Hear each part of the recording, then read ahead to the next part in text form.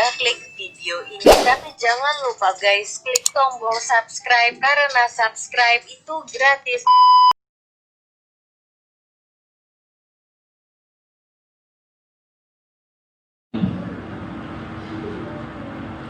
Yang sama-sama kita muliakan, kita hormati anak cucu baginda Nabi Muhammad sallallahu alaihi wasallam, darah dagingnya baginda Nabi Muhammad sallallahu alaihi wasallam, duduk bersama dengan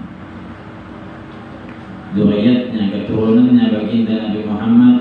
Ini sama halnya kita duduk bersama baginda Nabi Muhammad sallallahu alaihi wasallam. Banyak yang merebutkan tentang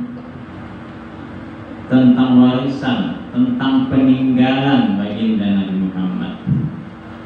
Ketika ada rambut Rasul sallallahu alaihi wasallam, semuanya ingin memegang, semuanya ingin mencium. Ketika ada peninggalan pedang baginda Nabi Muhammad, semuanya mau memegang. Ketika ada peninggalan tongkatnya baginda Nabi Muhammad, semuanya ingin memegang. Kenapa? Sebab ingin keberkahan daripada baginda Nabi Muhammad sallallahu alaihi wasallam. Namun yang herannya bagi kita, darah daging baginda Nabi Muhammad ada di hadapan kita, duduk di hadapan kita, mungkin kita biasa melihatnya. Sebetulnya daripada tongkat baginda Nabi Muhammad, afdalnya adalah darah daging baginda Nabi Muhammad. Zuriatnya baginda Nabi Muhammad sallallahu alaihi wasallam, yaitu para habaib dan syarif. Satu habaib, satu sayyid, satu keturunan baginda Nabi Muhammad. Ini satu cucu Nabi Muhammad ini.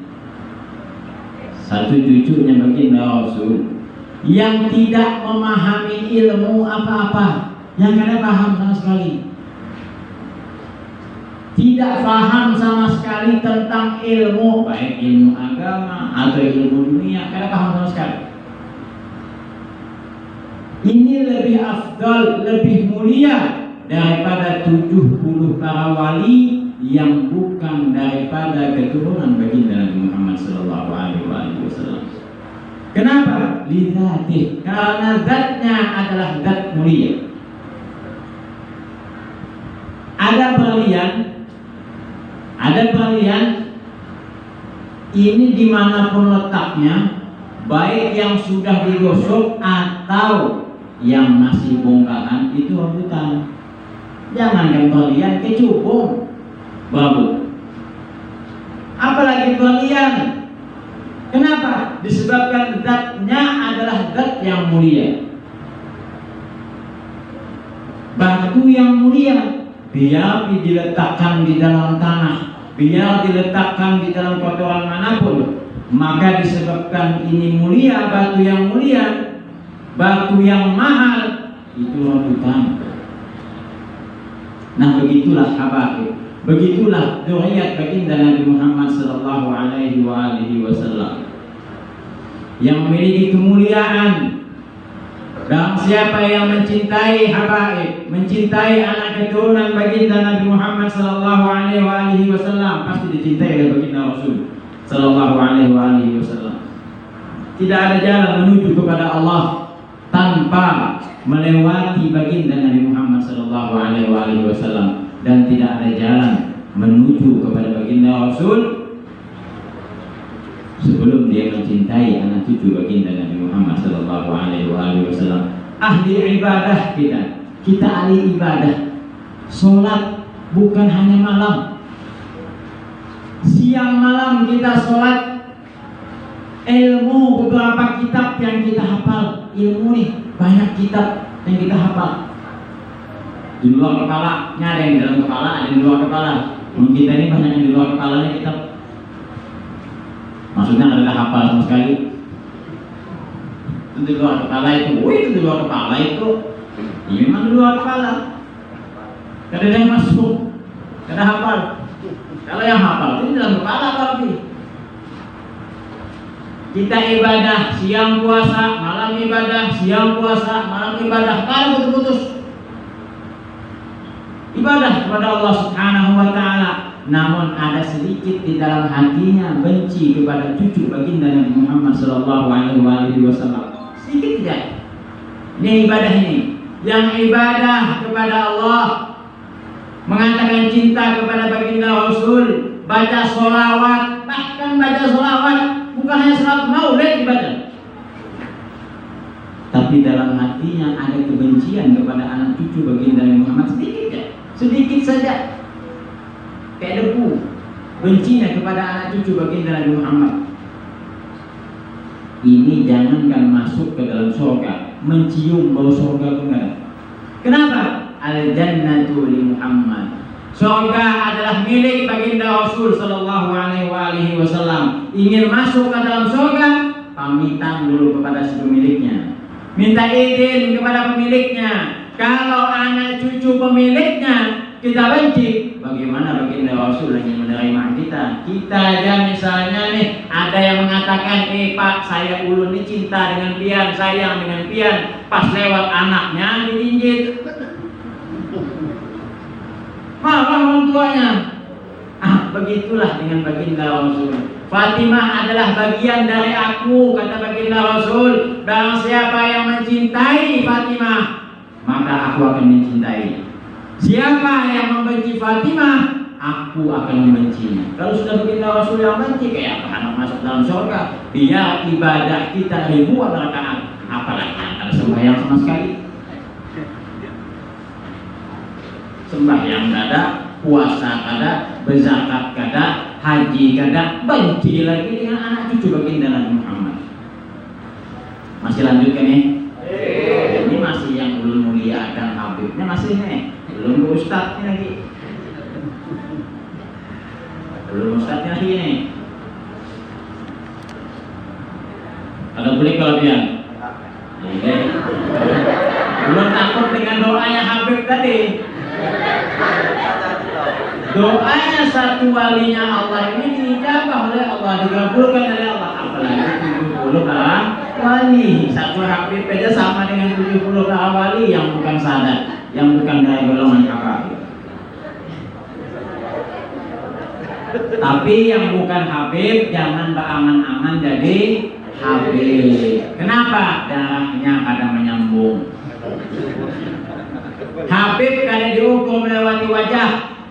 Jangan sampai hidung mancu, jambang pina banyak. Ini Habib ini. Ini Habib nih. Jangan lihat dari wajah.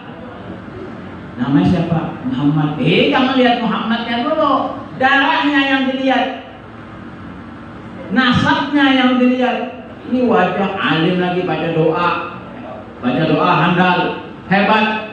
Ceramah hebat, semuanya hebat. Kitab-kitab hafal. Ini Habib lain, lihat dulu ini nasabnya kemana nyambung?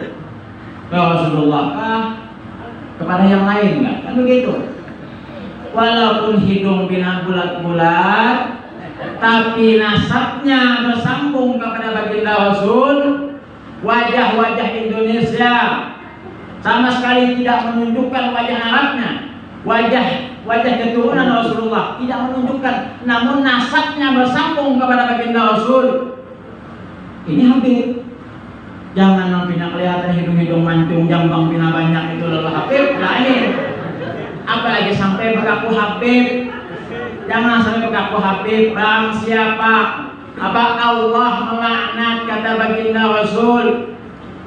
Allah melaknat kepada manusia, kepada umat nih, kepada umat, kepada kita nih, yang menasabkan dirinya selain abahnya. Berarti kalau dia mengaku Habib, berarti dia akan mengakui abahnya. Nah, ini dilaknat oleh Allah Subhanahu wa taala. Walaupun alim, walaupun apa bahasa itu imamah bulang yang singgah nalan besar, apa namanya? Sopan kepala. Mengaku Habib, ini tidak boleh. Tidak boleh. Cukup menjadi, kalau memang kita tidak ada jalurnya kepada habaib, kepada baginda Rasul Shallallahu Alaihi Wasallam, jalur nasabnya kadang sampai kepada baginda Rasul, cukup menjadi pecinta baginda Rasul Shallallahu Alaihi Wasallam. Insya Allah akan mendapatkan kecintaan baginda Nabi Muhammad Shallallahu Alaihi Wasallam. Ada kisah, ada cerita Syekh Abdullah Basudan. Ini Syekh Abdullah Basudan duduk di pinggir Ka'bah. Beliau duduk di pinggir Ka'bah menghitung sadah. Apa itu sadah? Sadah adalah itu habaib tadi, keturunan Rasulullah tadi. Dihitung. Beliau ini tahu. Beliau ini dapat melihat cahaya yang dimiliki oleh anak cucu baginda Nabi Muhammad SAW. Melihat cahaya Habib. Oh, ini Habib 1, 2, dihitung 3, 4, 5, dihitung ya beliau. Ada pemuda lewat, masuk dalam hitungan. Pemuda ini masuk dalam hitungan. Tapi ini cahaya Habib, kayaknya bukan Habib. Ya, Syekh Abdullah Basudan dipanggil, bulan, tahan, sini kau. Datanglah si bulan. Kenapa? Kau ini Sayyid atau bukan? Engkau ini Habib atau bukan? Katanya bukan. Demi Allah, katanya, demi Allah, cahayamu seperti Habib. Cahayamu kayak Habib. Bau wanginya pun tercium dengan aku. Kenapa? Karena saya kumpul dengan Habib. Dan tidak ada di dalam hati saya benci kepada habaib. Saya cinta kepada semuanya, baik itu Habib yang bagaimanapun saya cintai.